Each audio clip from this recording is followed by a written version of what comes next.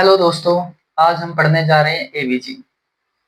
तो एबीजी के सबसे पहले हमें एबीजी के बारे में पता होना चाहिए कि एबीजी क्या होती है, क्यों करते हैं, कब करते हैं और इसके अंदर क्या-क्या देखते हैं। तो एबीजी है, बहुत सारे हेल्थ केयर प्रोफेशनल्स को ऐसे डाउट रहता है कि एबीजी में हम क्या करें, उनको देख के ही डर लगता है। तो आज हम एबीजी को इतनी ईज़ी और आसान भाषा में पढ़ेंगे, जिसमें आपके ये वीडियो देखने के बाद आपको कोई डाउट नहीं रहेगा। तो सबसे पहले हमें पता होना चाहिए एबीजी होती क्या है। जैसे कि एबीजी के नाम से ही पता लग रहा है, आर्टीरियल ब्लड गैस, और हम इसको ब्लड गैस एनालिसिस भी बोल सकते हैं। तो जैसे नाम से पता लग रहा है कि जितने भी हमारे ब्लड के अंदर गैसेज होते हैं उनका पता लगाने के लिए एक आर्टीरियल ब्लड गैस की जाती है, इसको एबीजी बोलते हैं। ये measurement of O2 and CO2 in blood, तो इसको वो एबीजी बोलते हैं। तो जनरली हमें सबसे पहले ये पता होना चाहिए कि एबीजी करते क्यों हैं, एबीजी करने का क्या रीजन है। तो कोई भी रेस्पिरेटरी डिस्ट्रेस पेशेंट है, अगर हमें उसके बारे में पता लगाना है तो हमें एबीजी करनी चाहिए। रेस्पिरेटरी डिस्ट्रेस में कोई भी रेस्पिरेटरी ट्रैक इन्फेक्शन आ सकते हैं, जैसे अस्थमा है, सिस्टिक फाइब्रोसिस है, सीओपीडी है, या कोई भी रेस्पिरेटरी फेलियर है, तो उसके लिए एबीजी करना चाहिए। तो एबीजी करने की कुछ प्रोसेस है, इसके अंदर कोई वैल्यूज हैं। आज हम सब के बारे में पढ़ते हैं। सबसे पहले एबीजी के बारे में आपको ये पता होना चाहिए कि इसका सैंपल लेते कैसे हैं।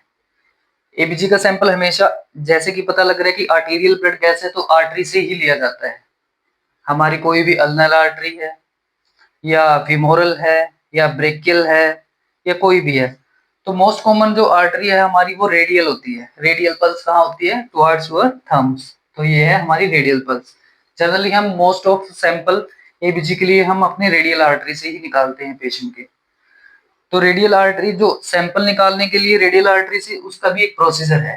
ऐसा नहीं है कि हम कहीं भी जाएंगे ऐसे पंचर कर देंगे और बोलेंगे कि हाँ ऐसे, वो फेनस भी हो सकता है। तो आर्टीरियल जो ब्लड गैस है, जो आर्टीरियल सैंपल है, उसके लिए हमें एक टेस्ट करते हैं जिसको हम बोलते हैं एलन टेस्ट। सबसे पहले देखो Allen test, ALL, Allen test. Allen test होता है किसी भी आर्टरी की पेटेंसी चेक करने के लिए। सबसे पहले एबीजी लेने से पहले हमें एलन टेस्ट करना है। तो एलन टेस्ट के लिए क्या करेंगे? सबसे पहले करेंगे हम put pressure on selected site. सबसे पहले हमने क्या करना है एलन टेस्ट के लिए, जो भी हमने साइट सेलेक्ट की है उसके ऊपर प्रेशर डालना है। कितनी देर के लिए? 6 सेकंड के लिए। तो अगर जब हम इसको रिलीज करेंगे, then put pressure on selected side, then release it. Then दो कंडीशन आती है हमारे पास। क्या आती है? दो कंडीशन। एक आती है pinkness return within 6 second, और दूसरी क्या आती है? Pinkness does not return in 6 second. तो दोस्तों एलन टेस्ट करने के बाद जैसे हम सिलेक्टेड साइट पे प्रेशर डालेंगे और रिलीज करेंगे, तो उसके बाद हमें दो कंडीशन मिलेंगी। या तो 6 सेकंड के अंदर अंदर हमारी पिंकनेस है जो रिटर्न हो जाएगी, मतलब वापस आएगी, हमें पिंक दिखेगा, और एक कंडीशन है कि वो नहीं दिखेगा। अगर pinkness return in within 6 second है, देन क्या करना है आपने? Withdrawal blood. अगर 6 सेकंड के अंदर पिंकनेस आ रही है तो क्या करना है? ब्लड निकाल लेना है।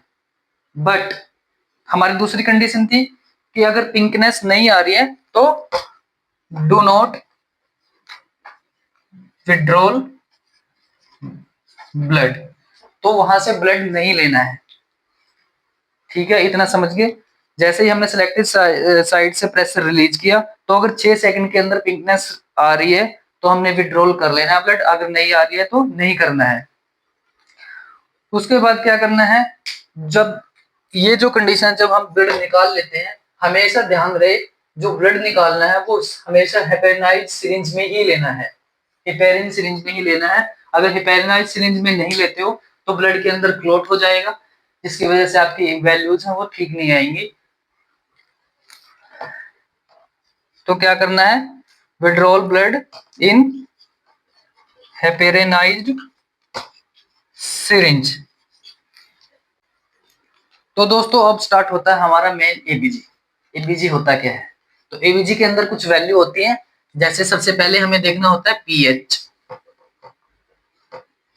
दूसरा हमें देखना होता है PCO2, तीसरा हमें देखना होता है O2 सैचुरेशन, और तीसरा हमें देखना होता है HCO3।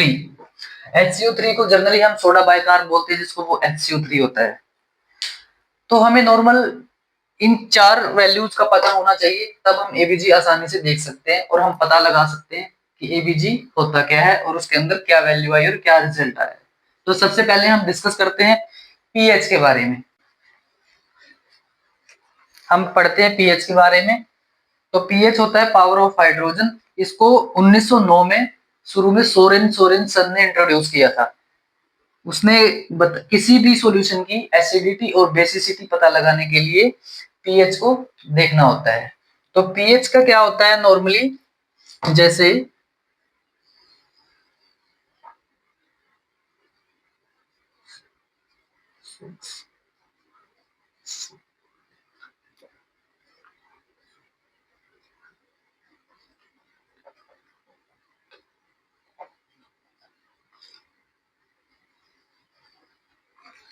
ये एक स्केल है हमारे पास, इसके ऊपर नंबरिंग है। तो जितने भी हमारे नंबरिंग लेस देन 7 है, वो सारे हमेशा, जिसका भी पीएच लेस देन 7 है वो हमेशा एसिडिक होता है। क्या होता है, अगर लेस देन 7 है इधर है तो है एसिडिक,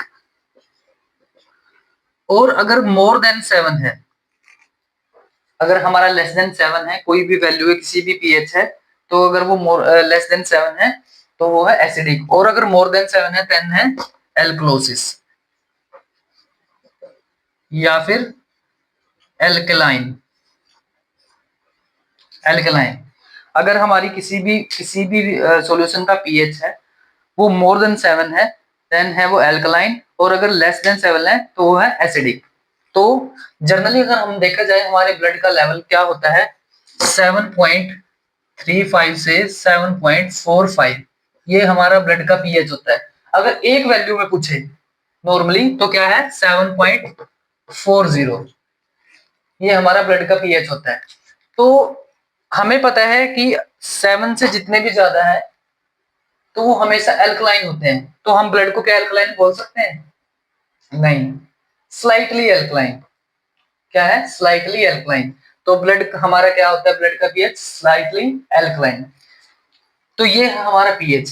जितनी भी वैल्यू पीएच में, अगर हमें पीएच देखना है तो 7 से जो कम है, किसी भी सॉल्यूशन का पीएच है वो 7 से कम है तो वो हमेशा एसिडिक होता है, और अगर 7 से ज्यादा है तो वो हमेशा एल्कलाइन होता है। इतना समझ में आया, ये है पीएच। तो पीएच अगर हम देखें ब्लड का कितना होता है 7.35 से 7.45, और अगर एक वैल्यू में पूछे, जैसे कई बार कॉम्पिटिटिव एग्जाम में पूछ लेते हैं कि एक ही डिजिट में पूछ लेते हैं, तो 7.40। तो ये है हमारा पीएच। अगर किसी भी वैल्यू का, अगर हमारे ब्लड का पीएच है जैसे 7.35 से 7.45 है, तो इधर एल्कलाइन है इधर एसिडिक है। तो अगर हमारी ब्लड का पीएच लेस देन 6.80 हो जाता है तो it can lead to death. अगर हमारे ब्लड का पीएच लेस देन 6.80 हो जाता है then it can lead to death, और अगर हमारे ब्लड का पीएच 7.80 से ज्यादा हो जाता है then it also can lead to death. समझे, अगर हमारे ब्लड का पीएच है, अगर 6.80 से लेस हो जाता है then it can lead to death, और 7.80 it can also lead to death. तो ये था हमारा पीएच। तो अब हम बात करते हैं PCO2। PCO2 क्या होता है, partial carbon dioxide. Partial carbon dioxide. तो इसकी नॉर्मल वैल्यू कितनी होती है दोस्तों? 35 से 45। तो पीएच कितना था? 7.35 से 7.45। पीसीओ2 कितनी होनी चाहिए? 35 से 45। तो इसकी नॉर्मल, अगर ये लेस देन 35 है तो इसको क्या बोलते हैं, और अगर मोर देन 45 है तो इसको क्या बोलते हैं? अगर दोस्तों पीसीओ2 है, लेस देन 35 है, तो इसको हम बोलते हैं हाइपोकैप्निया। क्या बोलते हैं? हाइपोकैप्निया। और एक एक चीज और क्या बोल सकते हैं, हाइपोकैप्निया और हाइपोकार्बिया। क्या बोल सकते हैं? हाइपोकार्बिया। अगर PCO2 लेस देन 35 है तो उसको हम बोलते हैं हाइपोकैप्निया और हाइपोकार्बिया। और अगर मोर देन 45 है, अगर मोर देन 45 है तो उसको, जैसे ये हाइपो थे तो ये आ जाएंगे हाइपर कैप्निया और हाइपर कार्बिया। ठीक है। अगर PCO2 की वैल्यू 35 से 45 के बीच में है तो वो नॉर्मल है। अगर लेस देन 35 है तो उसको बोलते हैं हाइपोकार्बिया या हाइपोकैप्निया, और मोर देन 45 है तो हाइपर कार्बिया या हाइपर कैप्निया। तो ये जो PCO2 है, वर्ड है दोस्तों, ये बिलोंग करता है रेस्पिरेटरी से।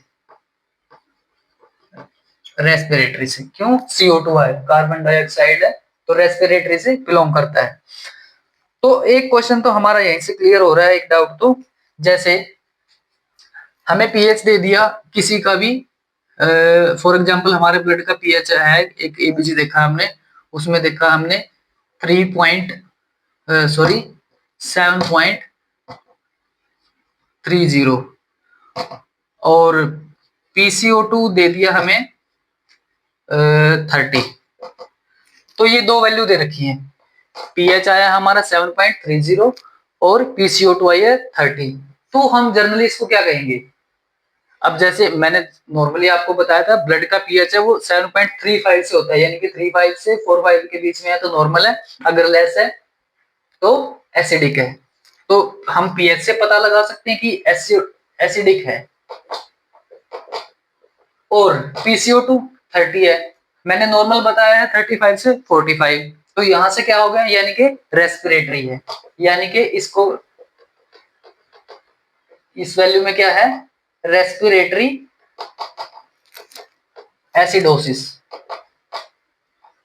बोल सकते हैं हम। क्या क्या हम इस वैल्यू को 7.30 पीएच है और PCO2 30 है, तो इसको क्या हो गया, रेस्पिरेटरी एसिडोसिस। एसिडोसिस क्यों बोला मैंने? पीएच 7.30 से कम है, तो रेस्पिरेटरी एसिडोसिस। और अगर ये 7.48 होता, अब क्या बन गया ये?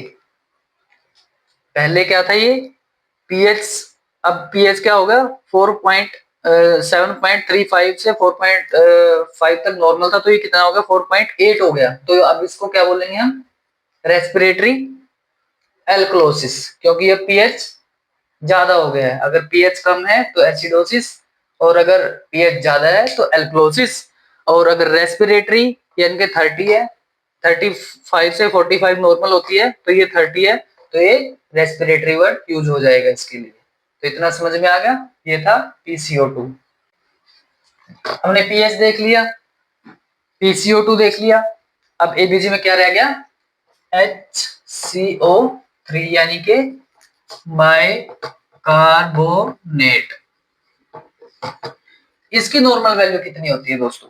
अब देखो जनरली एबीजी में ये तीन वैल्यू ही देखी जाती है, पीएच, PCO2 और HCO3।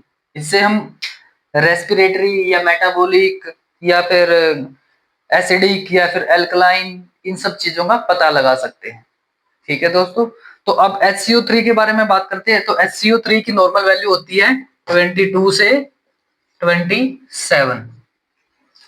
कितनी होती है? 22 से 27। अगर ये कम है तो मेटाबॉलिक,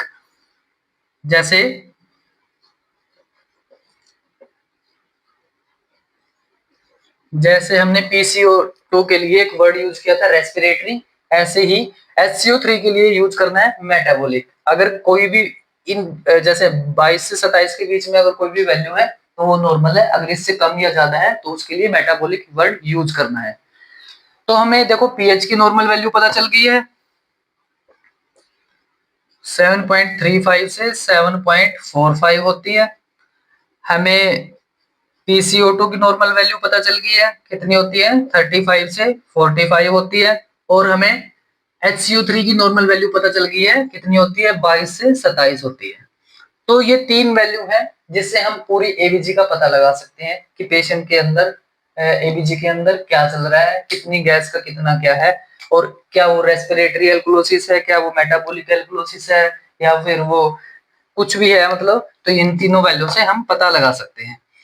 तो अगर हमें देखा जाए तो एक रह जाता है दोस्तों O2 सैचुरेशन। O2 O2 कितना होना चाहिए? O2 तो सबको पता है हमारे अंदर 100% होना चाहिए, लेकिन एबीजी में हम मोर देन 95 या मोर देन 95 या फिर हम 96 से 100% इतना काउंट करते हैं, ये हमारा नॉर्मल होना चाहिए। तो अभी एबीजी के बारे